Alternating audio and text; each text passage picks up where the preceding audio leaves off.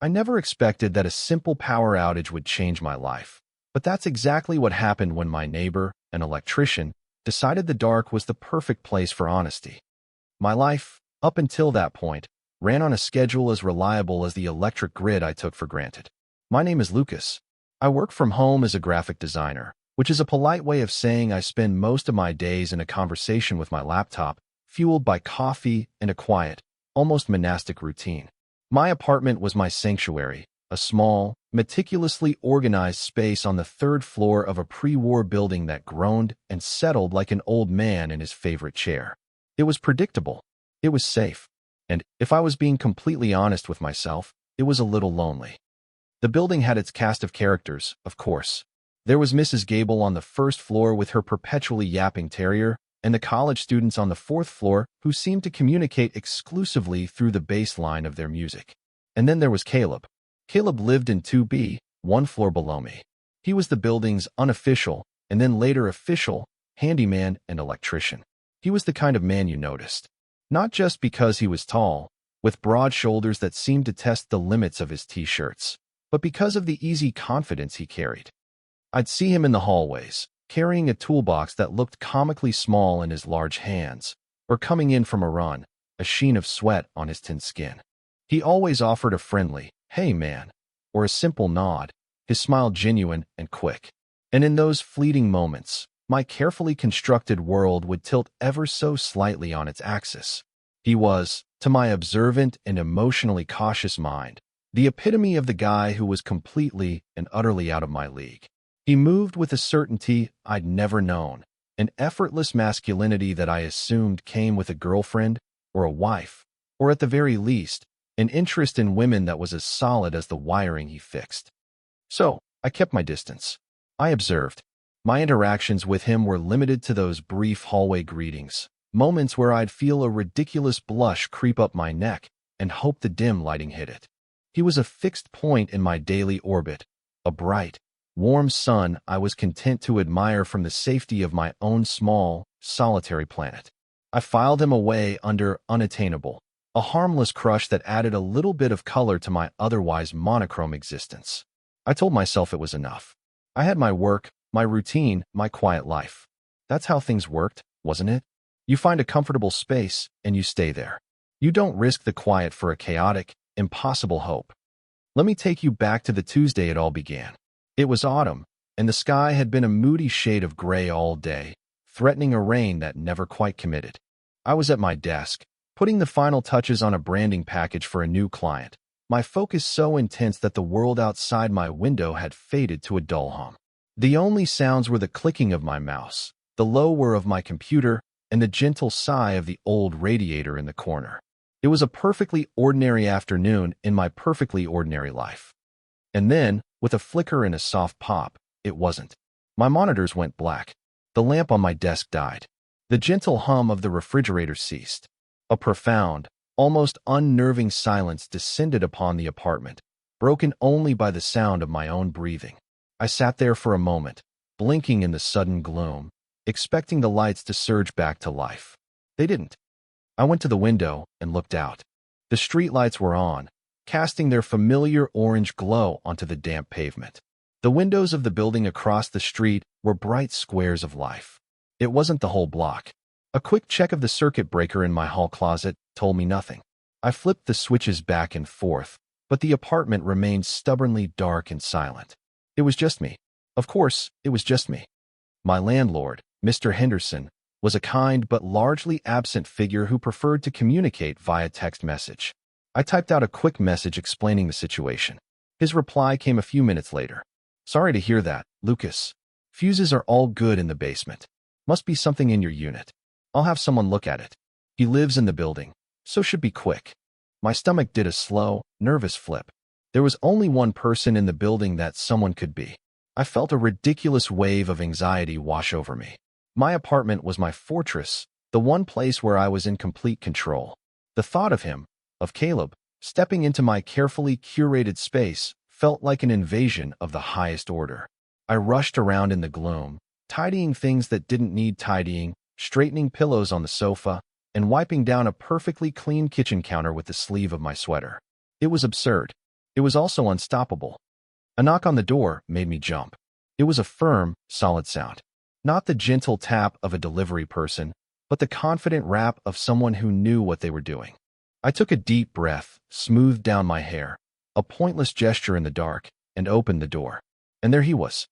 Caleb stood in the dim light of the hallway, a tool bag slung over his shoulder. He was wearing a simple gray Henley that strained just a little across his chest and a pair of worn jeans.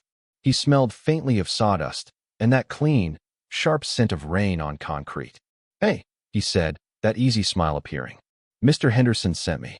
Said you've gone dark." "Yeah, hi." I managed, my voice sounding a little strangled. It just stopped. Everything at once. I felt like I was stating the painfully obvious. He leaned forward, peering into the gloom of my apartment. "Mind if I come in and take a look?" "I promise I don't bite." The smile widened, reaching his eyes. They were a warm, hazel color, I noticed, something I'd never been close enough to see before. All I could do was nod and step back, holding the door open. He stepped inside, and my small, quiet world was suddenly, irrevocably, occupied. The air seemed to crackle with a new energy, a charge that had nothing to do with the dead wiring in my walls. He set his bag down with a heavy thud and surveyed the room, his hands on his hips. Even in the near darkness, his presence seemed to fill the space, making it feel smaller, more intimate. "All right," he said, his voice practical and reassuring. "Let's see what we're dealing with." He pulled a powerful flashlight from a loop on his belt, and its bright, clean beam cut through the darkness, landing first on my face. I flinched, shielding my eyes.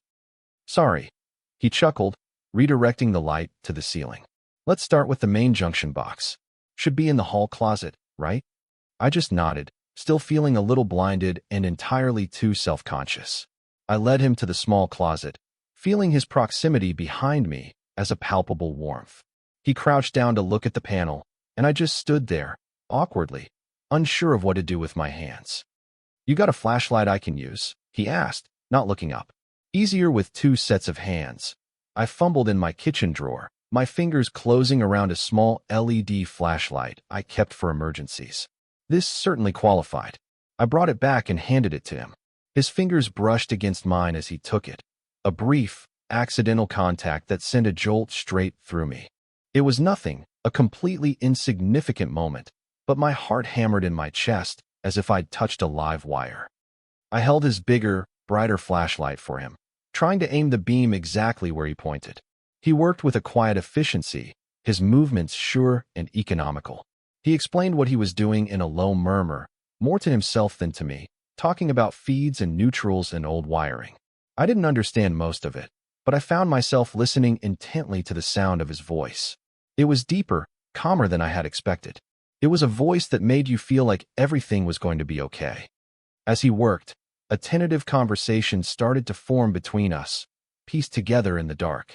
He asked what I did for a living, and when I told him I was a graphic designer, he seemed genuinely interested. "Huh, that's cool," he said, twisting a wire cap into place. "So you're the guy who makes things look good. I'm the guy who makes things work."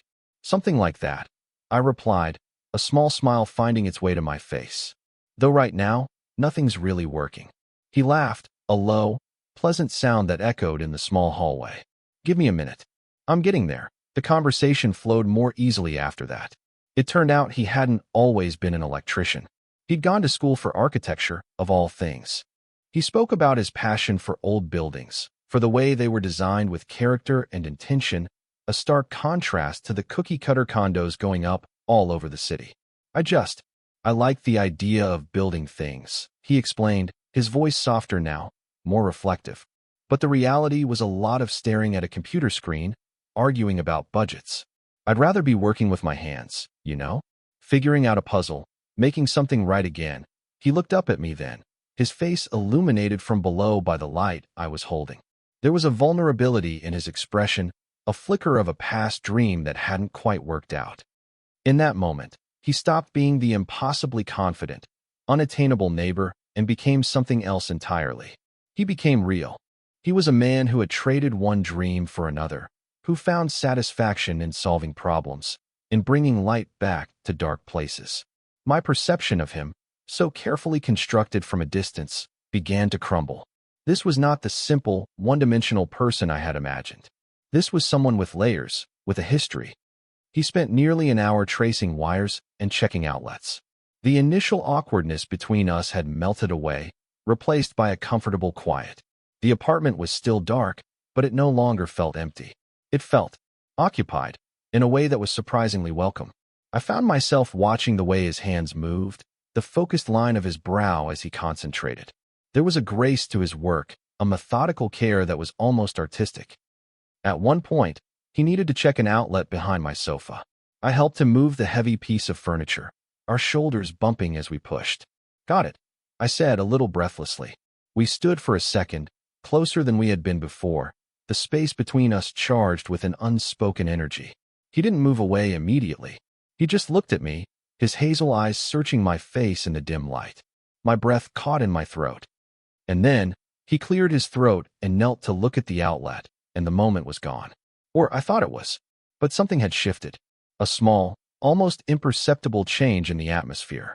It was a tiny thing, a shared, genuine moment of effort, a beat of silence that lasted just a second too long. But in the quiet landscape of my life, it felt like a seismic event. It was the first crack in the foundation of my certainty, the first sign that the world I thought I knew was about to change. He let out a long, frustrated sigh from behind the sofa, the sound muffled by the cushions. He slid himself out and stood up, running a hand through his already messy hair.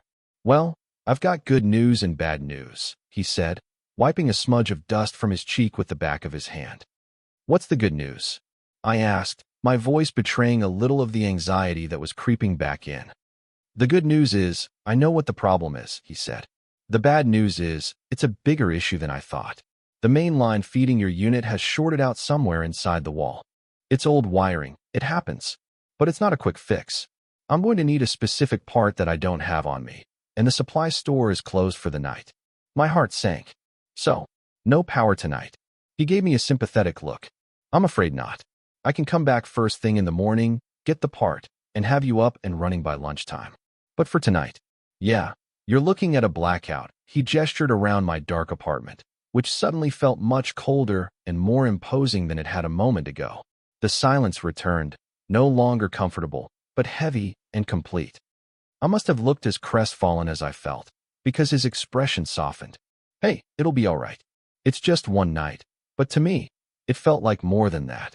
My routine, my control, my little bubble of safety, it was all gone. I was untethered. He seemed to sense my distress. "You know what? We should get some candles going. Make it less spooky." Before I could even respond, he was already pulling his phone out, using its flashlight to scan my living room. "You got any?" Yeah, I think so. In the kitchen, for emergencies," I stammered, surprised by his sudden take-charge attitude. He followed me to the kitchen, and we rummaged through a drawer together, our arms brushing in the confined space. We found a small collection of mismatched candles, a few tea lights, a couple of tapers without holders, and a large, dusty pillar candle that smelled vaguely of vanilla. Caleb arranged them around the living room, on the coffee table, the bookshelf, the mantel. He found a book of matches in the same drawer. He struck the first one, the hiss and flare of the flames startlingly loud in the silence. He lit one candle, then used it to light the others. As the small flames flickered to life, they cast a warm, dancing glow across the room, pushing back the oppressive darkness. The shadows grew long and soft, and the sharp edges of my furniture melted away. The room was transformed. It felt ancient and intimate, like a secret cave. He lit the last candle, the big vanilla one on the coffee table, and then stood back to admire his work. "There," he said, his voice a low murmur. "Better, right?" "Yeah," I breathed, genuinely surprised by the difference. "A lot better." The flickering light made everything feel softer, less certain. It was beautiful in a way. We stood there for a moment, just watching the flames. The air was thick with the scent of vanilla and melting wax, and something else I couldn't quite name. It was a feeling of suspension, as if the ordinary rules of the world had been temporarily paused. He turned to face me, and his expression in the candlelight was unreadable. The easy, friendly smile was gone, replaced by something more serious, more intense. He took a small step closer. Lucas, he started, his voice barely above a whisper. He hesitated, as if searching for the right words. He looked down at his hands, then back up at me. My heart was pounding so hard I was sure he could hear it. You know, he said, finally, his gaze holding mine. Sometimes the dark. It makes things easier. He reached out, not to touch me, but just to gesture at the space between us. His hand hovered there for a second, bathed in the warm light. You can say things you wouldn't say in the bright light of day. You can. Be a little more honest. I didn't know what to say. I could only stand there, caught in the gravity of his presence, the world shrinking until it was just the two of us in this small, candlelit room. He took another step, closing the distance between us. He was so close now I could feel the warmth radiating from his body. He gently reached up and brushed a stray strand of hair from my forehead. His touch was feather-light, but it sent a shockwave through my entire system. It was a gesture of such unexpected tenderness that it stole the air from my lungs. The professional boundary, the neighborly distance, all of it evaporated in that single, gentle touch. This was something new, something terrifying and wonderful. The world had stopped turning, and all I could do was wait to see which way it would spin when it started again. The moment stretched, thin and fragile, held together by the flickering candlelight and the space between our breaths. His hand lingered at my temple for a second longer than necessary, his thumb stroking my skin in a small, almost imperceptible movement. Then, as if realizing what he was doing, he pulled his hand back, and the connection was broken. He cleared his throat and took a step away, putting a careful distance between us once more. The spell was shattered, leaving a ringing silence in its wake. Well, he said, his voice sounding a little strained, a little rougher than before. I should let you get some sleep. I'll be back as soon as the supply shop opens in the morning. He grabbed his tool bag, the sound of the metal tools clinking together seeming unnaturally loud in the quiet room. He walked to the door, and I followed, my feet feeling like lead. He paused with his hand on the doorknob, turning back to look at me one last time. In the shadows of the hallway, I couldn't quite read his expression. Try to enjoy the peace and quiet, he said, attempting a smile that didn't quite reach his eyes. And then he was gone, the door clicking shut behind him, plunging me back into a solitude that now felt 10 times deeper, 10 times more profound than before. I stood there in the silent, candlelit apartment for a long time, my fingers tracing the spot on my forehead where he had touched me. The skin still tingled. I spent the rest of the night in a state of suspended animation. I didn't read. I didn't try to sleep. I just sat on my sofa, watching the candles burn down, their flames dancing and swaying like my own chaotic thoughts. My mind replayed that single moment over and over again, dissecting it from every possible angle.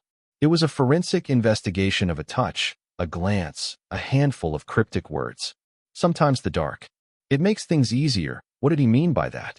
Was he just making a general observation about human nature? Or was it something more? Was it directed at me? The touch. That had to mean something, right? People don't just touch their neighbors like that. Not a neighbor they barely know. Not a male neighbor. Hope, a terrifying and unfamiliar emotion, began to bloom in my chest. It was a fragile, tentative thing, but it was there. It was the possibility that the world I had constructed for myself, with its clear lines and rigid categories, was wrong. The possibility that unattainable was not a permanent status. But hot on the heels of that hope came the fear, a cold wave of doubt that threatened to extinguish it. I was a master at overthinking, at finding the negative space in any situation. Maybe I had imagined it all. Maybe in the strange, intimate atmosphere created by the blackout, I had projected my own feelings onto him. Maybe the touch was just a friendly, thoughtless gesture, something he would do for anyone. Maybe he was just being kind to a neighbor in a stressful situation. The thought was crushing. The idea that I had misinterpreted a simple act of kindness as something more made a hot blush of shame creep up my neck. I was pathetic. Of course he wasn't interested. He was just a nice guy. A nice, straight guy? Right. The candles burned lower and lower, the wax pooling and dripping, marking the slow passage of time. I was caught in a vicious cycle of hope and despair. 1 minute, I was convinced that something real and significant had passed between us. The next, I was certain I was a fool for even entertaining the thought. The night stretched on, an eternity of flickering shadows and racing thoughts. When the first gray light of dawn began to seep through my windows, I finally blew out the last of the candles and crawled into bed, my mind exhausted, my heart a tangled mess of conflicting emotions. I knew he would be back in a few hours, and I had no idea how I was going to face him. The sound of his knock a few hours later was like a starter pistol for my anxiety. I had barely slept, and when I looked in the mirror, I saw a man who looked haunted, my eyes wide and shadowed.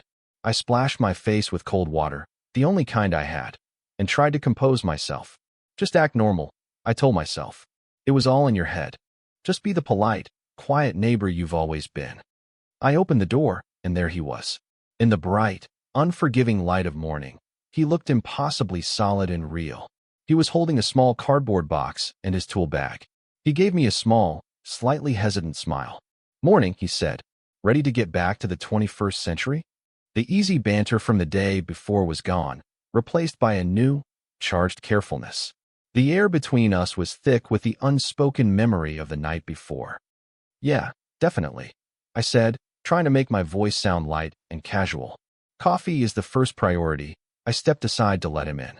He moved past me into the apartment, which now, in the daylight, looked disheveled and strange, littered with the hardened remains of last night's candles. It felt like walking onto a stage after the play was over. He got to work immediately, his focus intense. He didn't talk much, and neither did I. The silence stretched, filled with the sounds of his work, the snip of a wire cutter, the scrape of a tool against the wall, the low murmur of his occasional curse when something wouldn't cooperate. I busied myself with tidying up the wax, anything to avoid just standing there and staring at him. Every so often, I would glance over, and sometimes I would catch him looking at me, his expression unreadable before he quickly looked away. The tension was unbearable. It was a silence that was louder than any conversation. Finally, after what felt like an eternity, he stood up from his work near the junction box. "Okay," he said, wiping his hands on his jeans. "I think that should do it. Go ahead and try a light." I walked over to the nearest lamp and clicked the switch. Nothing happened. My heart sank. He must have seen my disappointment. No, wait," he said quickly. "I have to flip the main breaker in the basement first. I'll be right back." He disappeared out the door, and I was left alone again in the silence, a new kind of dread pooling in my stomach. What if the light changed everything?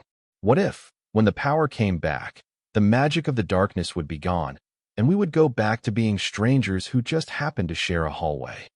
I heard his footsteps on the stairs a few minutes later. Then, with a sudden, brilliant flash, the lamp beside me came to life.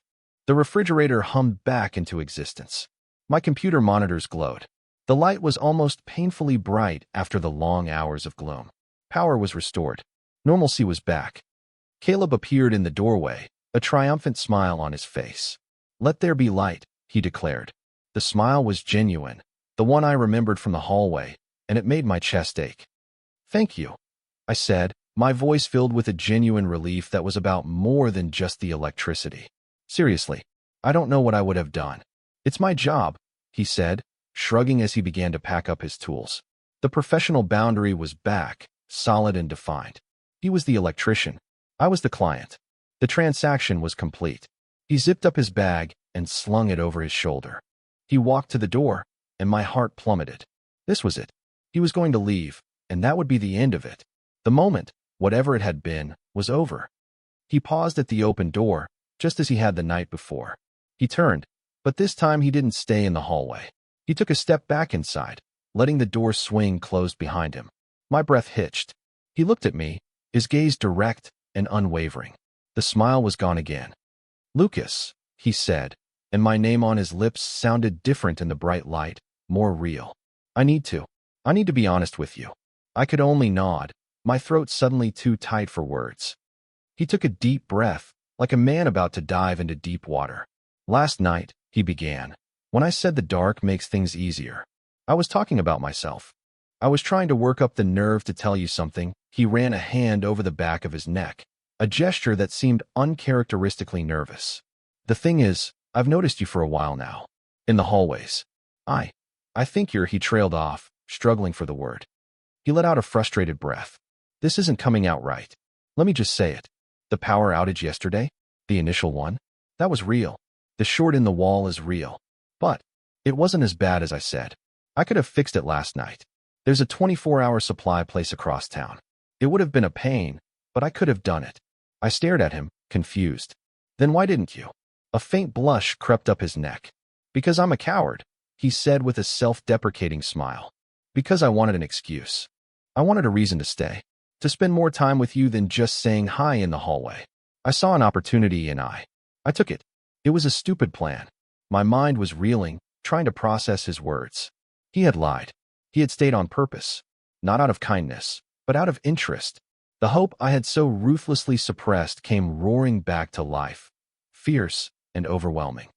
And when I touched you, he continued, his voice softer, that wasn't an accident. Nothing about last night was an accident. I've never done this before. I've never felt this way about a guy before, and I had no idea if you felt anything back. I completely freaked myself out. It was my turn to take a deep breath. It was all I could do to find my voice. You're not the only one, I whispered. I've been noticing you for months. I just assumed that I was straight. He finished for me, a wry smile touching his lips. Yeah, I kind of assumed that, too, until I couldn't stop thinking about the quiet guy in 3B.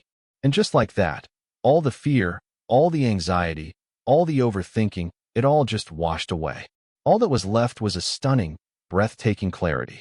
He closed the remaining distance between us, his eyes searching mine, asking a question he didn't need to speak aloud.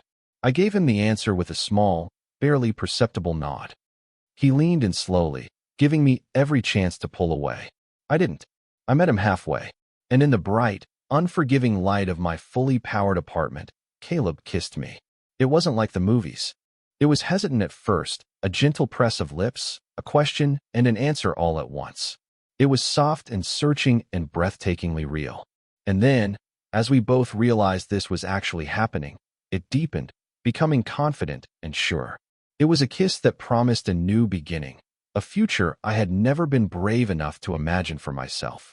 When we finally broke apart, we just rested our foreheads against each other, breathing in the same air, our small world completely and irrevocably changed. In the weeks that followed, my world bloomed into color. My quiet, monochrome existence was suddenly vibrant. Caleb and I navigated the new landscape of our relationship with a kind of gentle wonder. Our first real date was at a small Italian restaurant downtown, where we talked for hours, filling in the gaps of our lives, the stories we hadn't been able to tell in hallway greetings. We discovered a shared love for old movies and a mutual dislike for olives. It was in the small details that I fell for him all over again. He was still the confident, capable man who could rewire a building, but I got to see the other sides of him, too. I saw the architect who would stop on the sidewalk to admire the cornices on an old building, the man who was fiercely loyal to his friends, the hidden vulnerability that came out late at night when we would just lie in the dark and talk. My apartment, once my solitary fortress, became our shared space. The sound of his laughter now echoed in rooms that had only ever known silence. Our relationship wasn't a dramatic, sweeping epic. It was a collection of small, perfect moments. It was him bringing me coffee in the morning without me having to ask.